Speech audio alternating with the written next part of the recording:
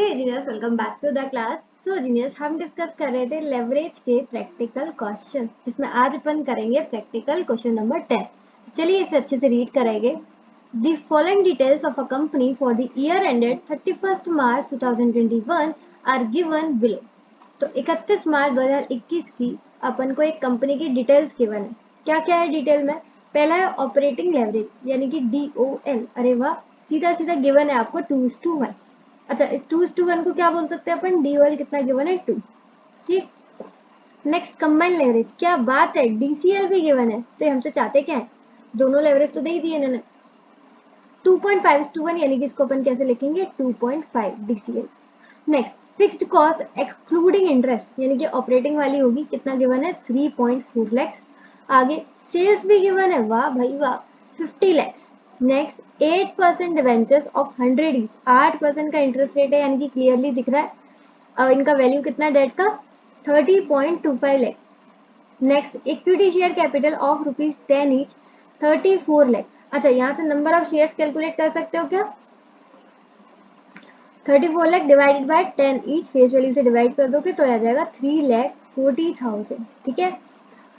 तो इक्विटी का अपन को चाहिए होता है नंबर ऑफ शेयर, जो कि अपन ने कैलकुलेट कर लिया है। और डिवेंचर्स यानी कि डेट का अपन को क्या चाहिए होता है? इंटरेस्ट। तो 30,25,000 इंटू करेंगे अपन 8%, 2,42,000। ये आ गया इंटरेस्ट। तो डेट का अपन को चाहिए होता है इंटरेस्ट, और इक्विटी का अपन को चाहिए होता है नंबर ऑफ शेयर। दोनों अपन को मिल चुका है। ये जब अपन इनकम स्टेटमेंट क्रिएट करेंगे ना, तो अपन को फायदा मिलेगा। ठीक। आगे अगर देखो तो इनकम टैक्स रेट दे रखा है 30%, 30% का टैक्स रेट है। कैलकुलेट, अब आ गए क्वेश्चन की मेन रिक्वायरमेंट, दैट इज पहला आ गया फाइनेंशियल लेवरेज। तो ऑपरेटिंग और कंबाइंड तो दे रखा है। अच्छा, यहाँ पर माउस नहीं है, मतलब माउस काम नहीं कर रहा है अभी अच्छे से, तो मैं आपको क्वेश्चन फोन में से रीड करके यहाँ पर वो बता देती हूँ कि किस तरीके से आपको कैलकुलेट करना है। ठीक है, क्वेश्चन समझाना ही तो है आपको मेन, वो ऐसे हो जाएगा। देखो, पहला है आपका फाइनेंशियल लेवरेज, यानी कि DFL कैलकुलेट करना है। इसके लिए सिंपल फॉर्मूला अपन DCL वाला यूज करेंगे, डॉल इंटू DFL। तो यहाँ से आ जाएगा, देखो DOL गिवन है, DCL गिवन है, DCL DOL DFL आ जाएगा। नेक्स्ट क्वेश्चन की सेकंड रिक्वायरमेंट है PV ratio and earning per share. EPS तो अपना इनकम स्टेटमेंट से आ जाएगा, और PV रेशियो ये जब अपन क्वेश्चन सॉल्व करेंगे तब मैं आपको बता दूंगी। ठीक है। Third, if the company belongs to an industry whose asset turnover is 1.5, does it have a high or low asset turnover? ध्यान से सुनना। if the company belongs to an industry, अगर ये कंपनी जो है, जो अपन को गिवन है, ये एक इंडस्ट्री से बिलोंग करती है, whose asset turnover ratio, यानी कि यहाँ पर आपको कंपनी का नहीं बल्कि इंडस्ट्री का दे रखा होता है। ठीक है, यहाँ पर किसका दे रखा है? इंडस्ट्री का। इंडस्ट्री का जो एसेट टर्नओवर रेशियो है वो 1.5 है। अब ये बोल रहे हैं जो हमारी कंपनी है ना, जो हमारी कंपनी है, उसका एसेट टर्नओवर इससे कम है या ज्यादा? दोबारा सुनना, हमारी जो कंपनी है, ये कंपनी है, ये जिस इंडस्ट्री से बिलोंग करती है, यानी कि ये इंडस्ट्री हो गई, उस इंडस्ट्री का एसेट टर्नओवर रेशियो है 1.5। अब ये पूछ रहे हैं कि हमारी कंपनी का एसेट टर्नओवर इस इंडस्ट्री से कम है या ज्यादा है। तो सिंपल सी बात, इतना घुमा फिरा के आपसे क्या पूछना चाह रहे हैं? ये रही थर्ड रिक्वायरमेंट क्वेश्चन की है, asset turnover ratio. Simple, third requirement question की एसेट टर्नओवर रेशियो है। वो आपसे कंपनी का एसेट टर्नओवर रेशियो जानना चाहते हैं, और फिर उसको आप कंपेयर कर देना इंडस्ट्री के रेशियो से, तो पता चल जाएगा कम है या ज्यादा है। ठीक है, एसेट टर्नओवर रेशियो का आपको फॉर्मूला आता होगा, नहीं आता है तो कोई दिक्कत नहीं, क्वेश्चन सॉल्व करेंगे पता चल जाएगा। नेक्स्ट क्वेश्चन की फोर्थ रिक्वायरमेंट, आप अपना मॉड्यूल खोलकर रखना। ठीक है, मैं सिर्फ रीड कर रही हूँ और आपको यहाँ पर समझा रही हूँ। At what level of sales the earning before tax of the company will be equal to 0। Sales का क्या लेवल होगा जब हमारा, मतलब ऐसा सेल कर दो आप, ऐसी सेल बता दो, ऐसी सेल बता दो जिससे हमारा EBT 0 हो जाए। सबसे पहली बात, यहाँ पर क्वेश्चन में एक मिस्टेक है, यहाँ EBT नहीं होगा, यहाँ पर होगा EAES। ठीक है, और क्वेश्चन इसका जो सॉल्व किया है ना, इसका जो सॉल्यूशन है वो भी EAS से ही किया है उन्होंने। तो EBT इनसे गलती से हो गया है, और इस तरीके का मुझे याद नहीं है, शायद मेरे अटेम्प्ट में, किसी अटेम्प्ट में मैंने पास्ट ईयर सॉल्व किए थे, तब वहां पर एग्जैक्टली सेम क्वेश्चन था, और वो EAES का ही था, वो किसका था, EAES का, यानी कि इस तरीके का एग्जाम में क्वेश्चन आया था और EAES था, EBT नहीं था। तो उसमें मैं आपको क्लियरली बता सकती हूँ कि ये क्वेश्चन में मिस्टेक है, तो आप भी अपने मॉड्यूल में ठीक कर लेना। हमारा इंस्टीट्यूट फ्यूचर में जाके ठीक करेगा फ्यूचर जनरेशन के लिए। फिलहाल आप लोग ठीक कर लो। At what level of sales the earning per share, लिखो वहां पर the earning per share of the company will be equal to 0। इसका मतलब ये होता है कि मैनेजर ये जानना चाहता है कि हम इतनी सेल्स कर लें कि हमारे इक्विटी शेयर होल्डर्स को कुछ ना मिले, ऐसी सेल बता दो, ऐसी सेल बता दो जिससे इक्विटी वालों को कुछ नहीं मिले, यानी कि हमारे सारे खर्चे बियर हो जाए, बस उतना हो जाए। सिंपल मतलब ये है कि मालिकों को कुछ ना मिले, ठीक, खाली हमारे खर्चे बियर हो जाए, ऐसी आप सेल बता दो। क्लियर? तो क्वेश्चन की फोर्थ रिक्वायरमेंट यही है। तो 4 रिक्वायरमेंट है। क्वेश्चन अभी थोड़ा पढ़ने में, रीड करने में, पढ़ने में थोड़ा सा डिफिकल्ट लग रहा है, लेकिन जब आप सॉल्व करेंगे बहुत बहुत आसान बनने वाला है। तो चलिए फटाफट से कॉपी और पेन निकालते हैं और प्रैक्टिकल क्वेश्चन नंबर 10 को भी आसान बनाते हैं। कॉपी पर सबसे पहले लिखिए लेवरेज का प्रैक्टिकल क्वेश्चन नंबर 10। सॉल्यूशन में फर्स्ट आएगा अपना financial leverage, that is DFL, ठीक। और इसका मैंने आपको क्वेश्चन रीड करते ही बता दिया था कि इसमें कौन सा फॉर्मूला लगाएंगे अपन, DCL यानी कि combined leverage is equal to operating into financial leverage, DOL into DFL। तो यहाँ पे बहुत आसानी से आ जाएगा ये। DCL अपन को गिवन है 2.5, DOL अपन को गिवन है 2, तो DFL आ जाएगा बहुत आसानी से, DFL 2.5 divided by 2, that is 1.25, ठीक। तो पहला हमारा आ गया DFL इज इक्वल टू 1.25। ये क्वेश्चन की हो गई फर्स्ट रिक्वायरमेंट। क्लियर? नेक्स्ट पर है, नेक्स्ट है हमारा PV ratio and earning per share, that is EPS। अब पीवी रेशियो की फुल फॉर्म क्या होती है, प्रॉफिट वॉल्यूम रेशियो, ठीक है। इसके नाम में इसका फॉर्मूला है प्रॉफिट अपॉन वॉल्यूम। प्रॉफिट का मतलब क्या होता है, जो सेल्स पर प्रॉफिट होता है यानी कि कॉन्ट्रीब्यूशन, और वॉल्यूम मतलब सेल्स। तो प्रॉफिट अपॉन वॉल्यूम यानी कि कॉन्ट्रीब्यूशन अपॉन सेल्स, और परसेंटेज में आंसर आता है इनटू 100, ठीक। ये हो गया पहला। Next earning per share, that is EPS। EPS कैसे कैलकुलेट होता है, नंबर ऑफ इक्विटी शेयर, एक शेयर पर अपन ने कितना कमाया, तो earning available for equity share holder EAES divided by number of equity share, एक शेयर पर हमने कितना कमाया, तो जो शेयर होल्डर्स की अर्निंग होती है divided by number of share, ठीक है। अब देखो ये इस तरीके से उन्होंने बिखरा बिखरा पूछा है, तो इसके लिए अपन क्या करेंगे, इसको पहले समेटेंगे, यानी कि एक इनकम स्टेटमेंट क्रिएट करेंगे। मैंने आपको बहुत बार बताया है कि लेवरेज का इस तरीके से क्वेश्चन आता है बिखरा बिखरा, तो आपको क्या करना है, स्टेटमेंट क्रिएट करना है। तो अपन आ जाते हैं उस स्टेटमेंट पर, वर्किंग्स में, ये रहा वर्किंग्स में स्टेटमेंट क्रिएट करेंगे, पर्टिकुलर अमाउंट। ये स्टेटमेंट सबको आता ही होगा, इसका फॉर्मेट सेल्स, उसमें से माइनस करते हैं वेरिएबल कॉस्ट माइनस करते हैं तो आता है कॉन्ट्रीब्यूशन, माइनस करेंगे फिक्स्ड कॉस्ट तो आता है EBIT, earning before interest and tax. और यहाँ के बाद तो हम बहुत बार बना चुके हैं, माइनस इंटरेस्ट यानी कि आय हट जाता है, तो EBT earning before tax, tax minus कर देंगे तो अर्निंग आफ्टर टैक्स, और प्रेफरेंस डिविडेंड नहीं है तो यही अर्निंग आफ्टर टैक्स क्या बन जाएगा, earning available for equity share holders. Divide करते हैं नंबर ऑफ इक्विटी शेयर से तो आ जाता है earning per share, that is EPS। ये फॉर्मेट सबको पता है, तो फटाफट से क्रिएट कर लो। अब देखो क्वेश्चन में सीधा सीधा क्या गिवन था, सेल्स 50 लाख, क्या वेरिएबल कॉस्ट गिवन था, नहीं। कॉन्ट्रीब्यूशन गिवन था, नहीं। फिक्स्ड कॉस्ट गिवन था 3,40,000, ठीक। नेक्स्ट इंटरेस्ट पता कर सकते हैं, हाँ बिल्कुल, हम ये कैलकुलेट भी कर चुके हैं, 30,25,000 इंटू 8%,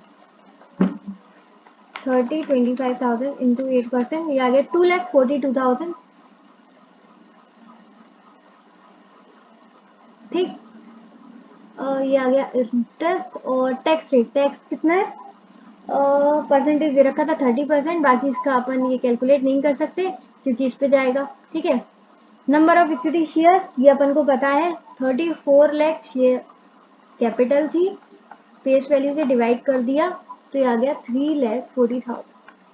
तो अब तक मैंने कुछ भी सॉल्व नहीं किया, सिर्फ और सिर्फ जो जो इन्फॉर्मेशन क्वेश्चन में गिवन थी वो मैंने यहाँ पर लिख दी। ठीक है, अपन को कोई ऐसी चीज चाहिए जिससे हम बढ़ सकें, जैसे हमारा वेरिएबल कॉस्ट और कंट्रीब्यूशन, इनमें से दो में से एक चीज मिल जाएगी तो हमारा ये पूरा कंप्लीट हो जाएगा। ठीक है, तो इसके लिए एक और वर्किंग हो जाएगी। कंट्रीब्यूशन कैसे निकल सकता है? DOL के फॉर्मूले से, ऑपरेटिंग लेवरेज से। ऑपरेटिंग लेवरेज का फॉर्मूला क्या होता है? Contribution upon EBIT। ठीक, अब देखो DOL अपन को गिवन है कितना, 2। कंट्रीब्यूशन अपन को कैलकुलेट करना है। ठीक, अब इक्वेशन बनाने के लिए क्या करते हैं, क्योंकि अपन को कोई भी चीज डायरेक्टली गिवन तो है नहीं, EBIT भी नहीं है, कंट्रीब्यूशन भी नहीं है। देखो यहाँ पर अपन पे EBIT भी नहीं है, कंट्रीब्यूशन भी नहीं है इधर, और अपन पे EBIT भी नहीं है, दोनों ही चीजें नहीं है। लेकिन इनके बीच का अपन के पास फिक्स्ड कॉस्ट है, यानी कि हम यहाँ पर इक्वेशन बना सकते हैं। EBIT क्या होता है? कंट्रीब्यूशन माइनस फिक्स्ड कॉस्ट, वही होता है हमारा EBIT। तो ये आ जाएगा कंट्रीब्यूशन माइनस फिक्स्ड कॉस्ट, ये हो गया हमारा EBIT का फॉर्मूला। ठीक, और यहाँ से अपन ने क्या इक्वेशन बना ली। अब कंट्रीब्यूशन तो अपन को पता नहीं है तो सीधा का सीधा लिख देंगे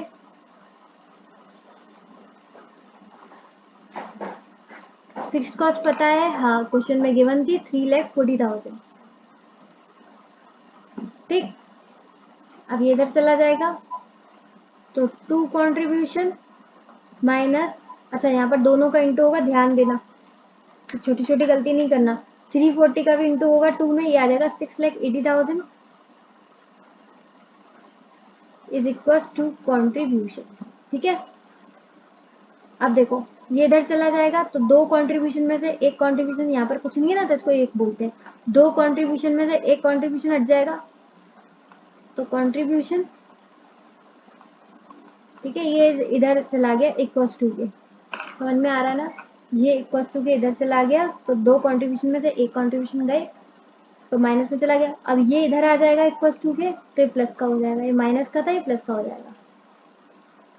तो यहाँ से हमारा कंट्रीब्यूशन आ गया 6,80,000। ये समझ गए?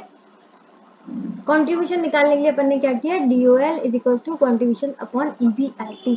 DOL तो अपन को पता था, लेकिन ना ही हमें कंट्रीब्यूशन पता था ना ही EBIT, लेकिन इन दोनों का बीच का फिक्स्ड कॉस्ट पता था।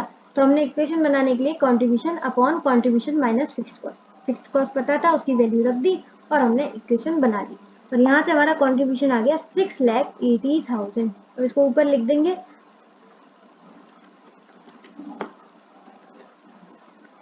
6,80,000। ठीक, अब ये बैलेंसिंग फिगर आ जाएगा हमारी वेरिएबल कॉस्ट, ये आ गया 43,20,000। 43,20,000 तो समझ में आ गया होगा, इसको माइनस करके हमारा आ गया 6,80,000। ठीक, ये हमारा बैलेंसिंग फिगर आ गया। अब नेक्स्ट, अब तो सब कुछ होता ही चला जाएगा, 680 माइनस 340, ये आ गया 340, ये आ गया हमारा EBIT। इसमें से माइनस कर देंगे इंटरेस्ट 242, ये आ गया 98,000। 98,000 इंटू 30% का टैक्स, ये आ गया 29,400। ये माइनस हो जाएगा तो ये आ गया 68,600। ये आ गया हमारा EAT, यानी कि earning available for equity share holder. को डिवाइड कर देंगे तो हमारा आ गया 0.2017, तो 0.202।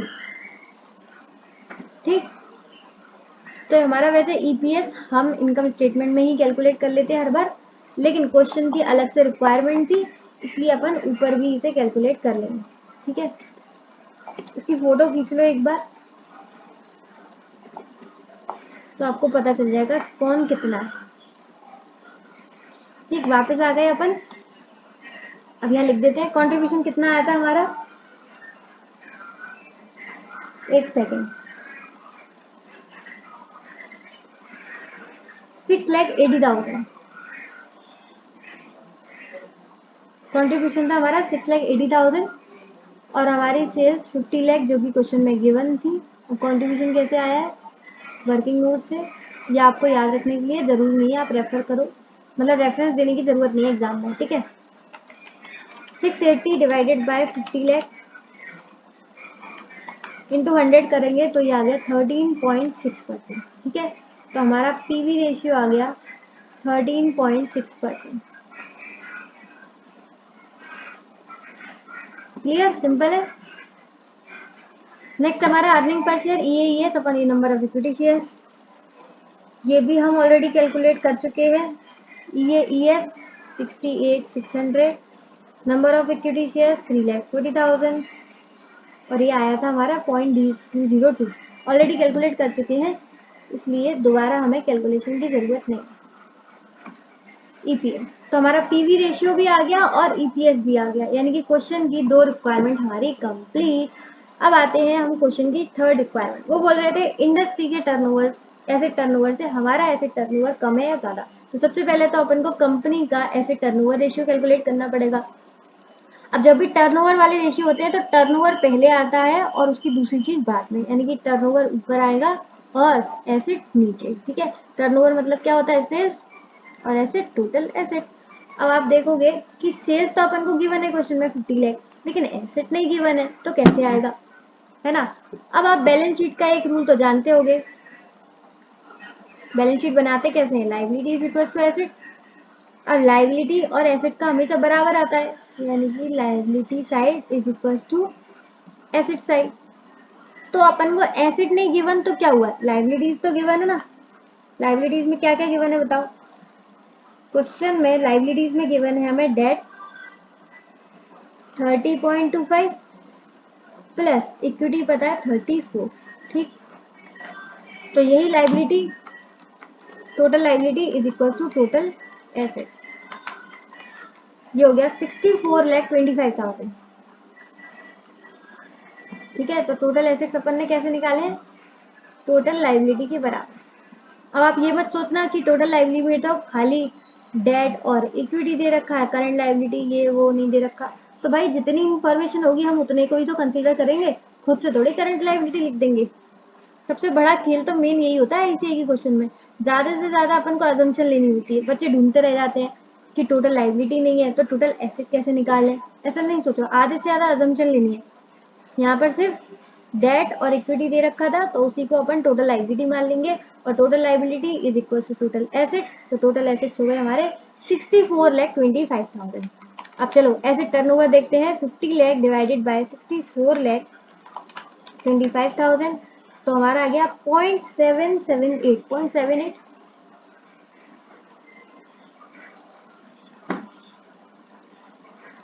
आप चेक करो अपना कितना आया।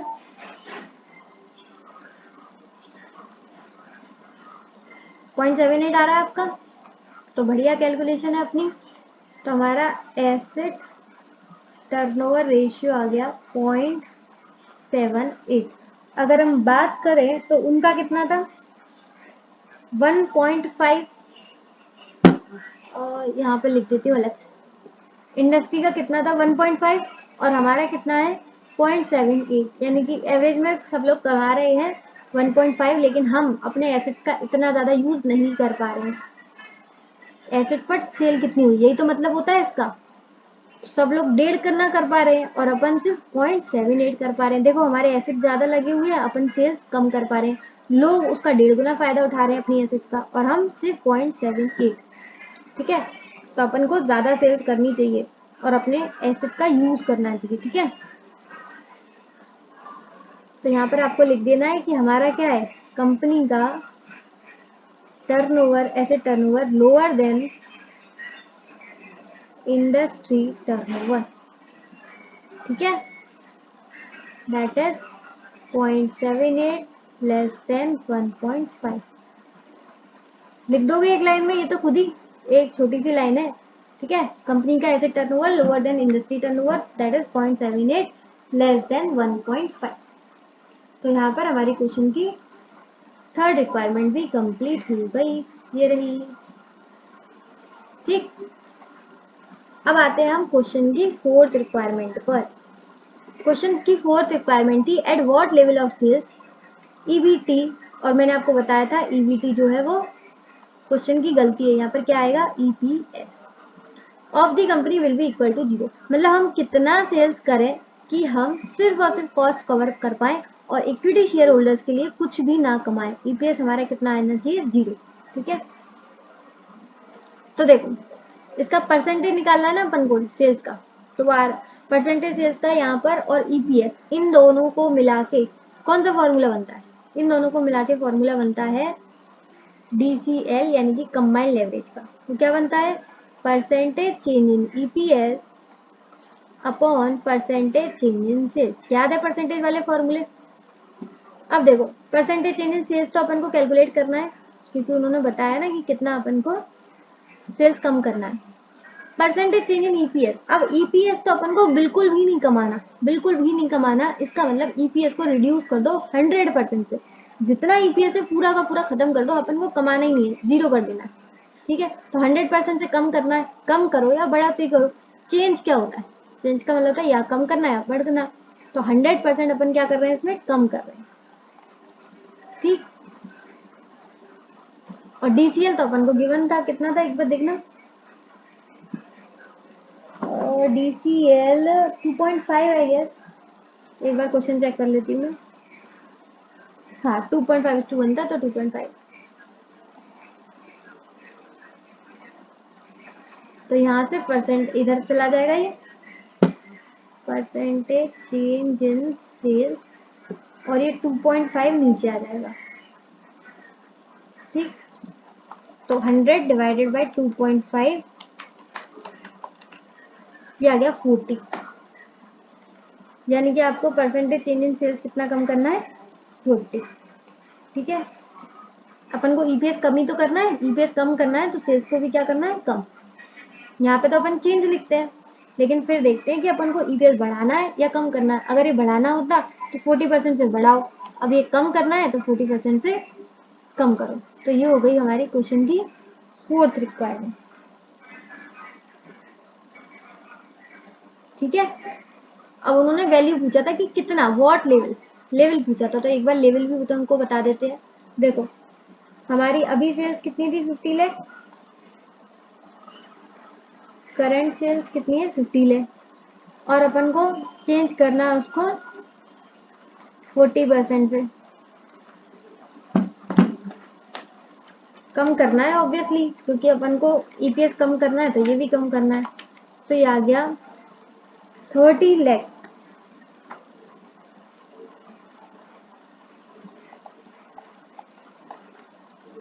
ये आ गया हमारा level of EPS, level of sales sorry. तो यहाँ उन्होंने पूछा था at what level of sales, तो 30 लाख पे हमारा जो ईपीएस होगा वो 0 हो जाएगा। क्लियर, यही क्वेश्चन ने पूछा था।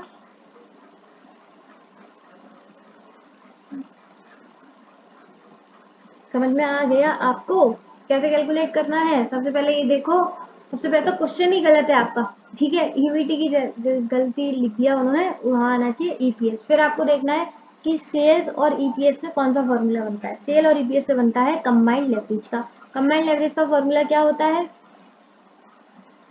Percentage change in EPS upon percentage change in sales. DCL अपन को गिवन था। ठीक, ईपीएस यहाँ पर थोड़ा आपको दिमाग लड़ाना है कि ईपीएस आपको 0 करना है, इसका मतलब ईपीएस में 100% चेंज नहीं कराना है। 100% से उसको कम कर दोगे तभी तो वो 0 होगा। तो 100% और आपको परसेंटेज चेंज इन सेल्स तो निकालना है, तो ये इधर चला जाएगा, ये नीचे आ जाएगा। 100 डिवाइड बाय 2.4 करोगे तो वो आ जाएगा 40%। इसका मतलब अगर हमें ईपीएस कम करना है तो अपन को सेल्स भी कम करनी होगी 40% से। तो जो भी हमारी करंट सेल है उसमें 40% हटा दो तो आपकी आ जाएगी 30 लाख। तो 30 लाख वो लेवल ऑफ सेल है जहां पर आपका ईपीएस आ जाएगा 0। ठीक, तो उम्मीद है आपको क्वेश्चन अच्छे से क्लियर होगा। थोड़ा सा टिपिकल था बट इस तरीके के क्वेश्चन आप पहले से ही अगर प्रैक्टिस कर जाओगे, जैसे एक बार मेरे साथ प्रैक्टिस कर ली, मेरी सुन ली इतनी देर, उसके बाद एक बार खुद से प्रैक्टिस कर लिया होगे तो आपको वहां पर दिक्कत नहीं आएगी। डायरेक्ट वहां पर अगर पेपर खोलोगे, डायरेक्ट वहां पर क्वेश्चन खोलोगे तब आपका दिमाग चकरा जाएगा। लेकिन पहले से घर पे क्वेश्चन सॉल्व करके जाओगे तो वहां पर आपको कभी भी टेंशन नहीं होगी, ठीक है। इसलिए प्रैक्टिस करते जाओ, इंडस्ट्रियल इंस्टीट्यूट के मटेरियल का कोई भी क्वेश्चन नहीं छोड़ना है, ठीक। आज के लिए बस इतना ही। If the video is helpful for you then hit the like button, share with your mates as well. If it is of any do subscribe now. इस तरीके से आपको स्टडी मटेरियल के सॉल्यूशन मिलते रहेंगे। इसी के साथ इसी तरीके से खुश रहिए, मुस्कुराते रहिए। मिलते हैं नेक्स्ट वीडियो में, तब तक के लिए bye bye, be happy always.